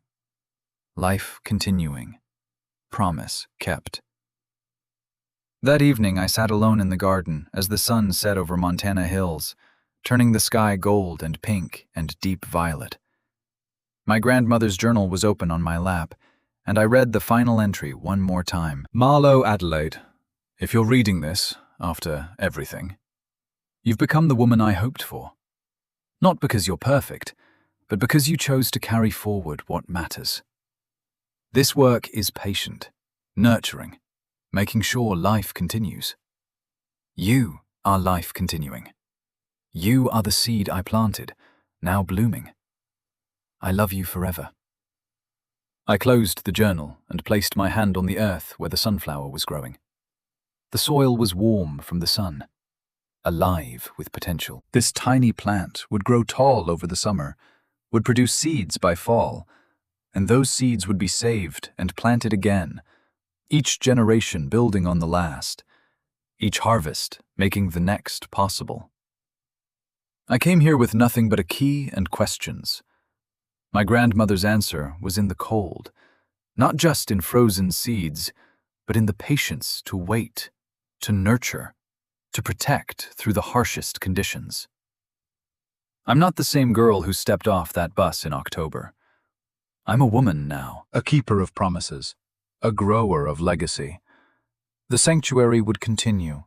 Seeds would be shared and planted across the state and beyond.